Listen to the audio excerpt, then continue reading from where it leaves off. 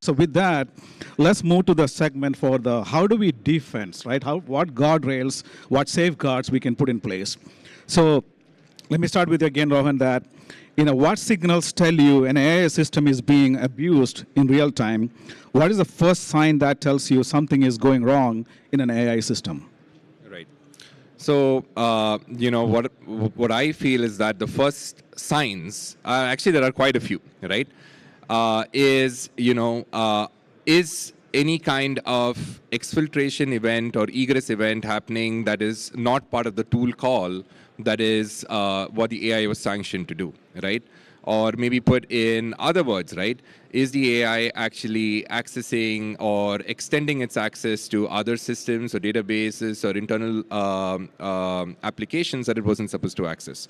Now, the part about that is that it's really hard to detect that, right?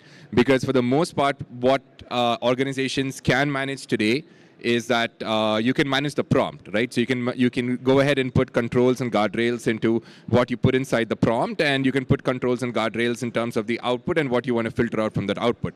But there's so many things that happen on the back end, which is the tool calls, the execution traces, etc., that are the place where I feel things end up essentially having breakpoints. So if I would look at it, I would say having a full set of telemetry across the entire kill chain is going to be really important. Looking at any kind of suspicious egress activity where an AI system is essentially invoking APIs or sending traffic to destinations that are not part of the trust boundary. I would actually kind of bubble it to those two, and then the other ones are kind of downstream sub-elements of that. Good answer. So, Bhavana, what technical controls have actually reduced risk in production? What should teams be watching that they probably aren't watching today with new AI, real-time threats? It's a two-part question, so I'll answer the first one, where you say how are risk being reduced in production today, the controls that we have.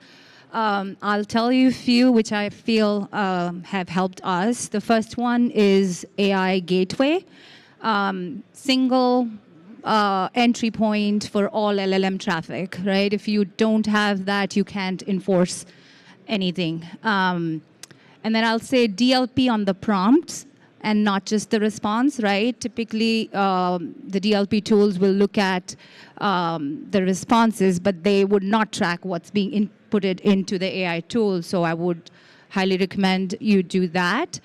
And then I'd say looking at your outbound traffic as well, right? Like what are you seeing in your results, right? And taking that into your SOC to make sure that you're not just taking the API calls, but you're also looking at the entire content. So if you have to investigate, you know where to look from. And then the other part of your question, right? What's something you need to watch out for? I would say embedded AI in your SaaS tools, right? A lot of SaaS vendors, they would silently ship out AI features, and you've not agreed on those terms.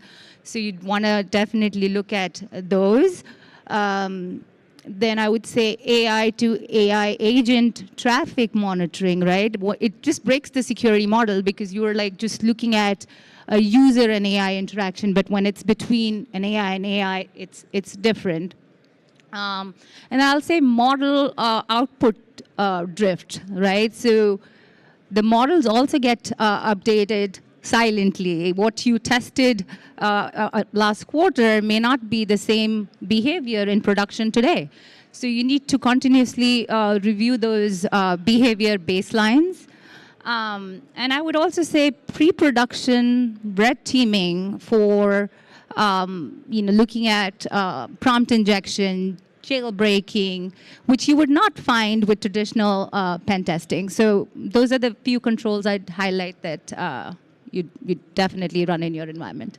Very good, very good. Jim, I know you coming from a very regulated industry, right? So how do you manage this AI assets, data loss prevention, various other logging and various challenges, with AI? Sure. Well, first we start with identifying where the AI is being used. What do we control? What are we implementing? And then where do the vendors? Is she was talking about what vendors are using it. So vendors right now are looking to opt in by default. So contact your vendors, get a list of who's using the AI, how they're using the AI, and make sure you've opted in and understand where they're using it. The second part, for the data loss prevention, if you have a current program, can your data loss prevention protect the AI side of things? If not, you need to look for an additional tool to help control that. We went with a zero trust model. So if an employee of ours were to go out to an AI that's unsanctioned, unapproved, it will point them to our policy and then give them a link to our particular tools. And then looking at the incident response side of things. When you do have an incident, as part of your controls, you need to be able to respond and understand where the AI is within your network, within your vendors. So really going back to build a framework, build it off. We build ours off of NIST, which is that stack that I'm referring to. Do you have a directive control, which is your policy? Do you have a detective control, as you were saying? Can we see where the employees are going? And then do we have a preventative control to enforce that policy? So really going back, train your employees, let them know what the policy is, tell them you do have visibility. We don't want to police you, but we do want to guard you and manage that risk. And if you don't have access to something, let's talk about it. Let's work with the business, because at the end of the day, we're only providing the AI tools so the business can do things efficiently and effectively.